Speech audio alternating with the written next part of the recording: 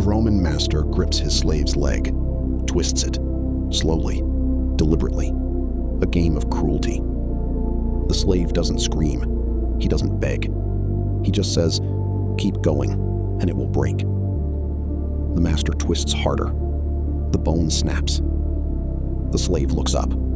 No tears, no rage, just this. "Didn't I tell you it would break?" That man's name was Epictetus. He would limp for the rest of his life. But here's what nobody in that room understood. The master had a whip, a title, an empire behind him, and he was still the weaker man.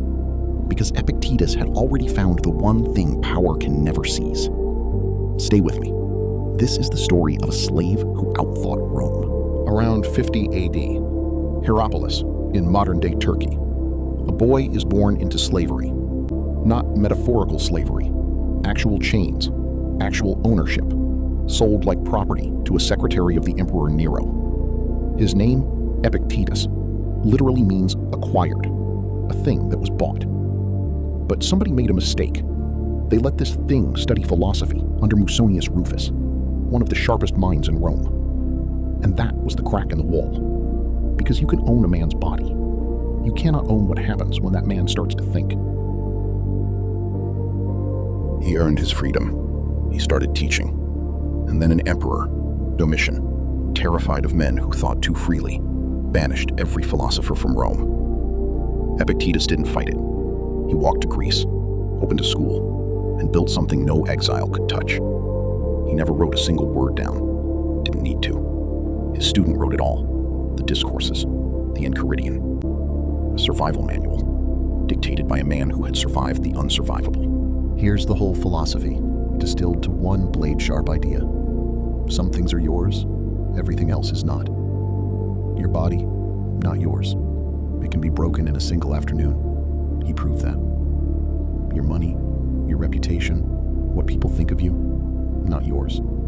Gone with one bad rumor, one bad year. But your judgment, your will, the choice of how you respond, that's the one fortress no army can storm. Epictetus didn't say, "Don't get hurt." He said something far more dangerous. You get to decide what hurts you. That's not comfort. That's a weapon. This wasn't a nice theory from a comfortable man in a toga. This was combat-tested philosophy, tested on his own broken leg, in exile, in slavery. His verdict? Men are disturbed not by things, but by their judgments about things. Translation? The event never breaks you. Your story about the event breaks you. A rich man can be enslaved by his own fear. A crippled slave can be freer than any emperor if his mind bows to nothing. Fast forward almost 2,000 years. A young American pilot named James Stockdale is shot down over Vietnam. Captured, tortured, locked in isolation for years. The book in his head keeping him alive? Epictetus' Enchiridion. He said later, this philosophy didn't just comfort him. It kept his mind unbroken while his body was property of the enemy. Same weapon, same war, 2,000 years apart. Epictetus died around 135 AD. No fortune, no statue, no empire.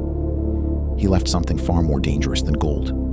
Proof that the strongest cage ever built, Roman chains, a tortured leg, an entire empire's cruelty, could not touch what mattered most. So ask yourself the question this crippled slave forced onto every tyrant who ever tried to break him. What can they actually take from you?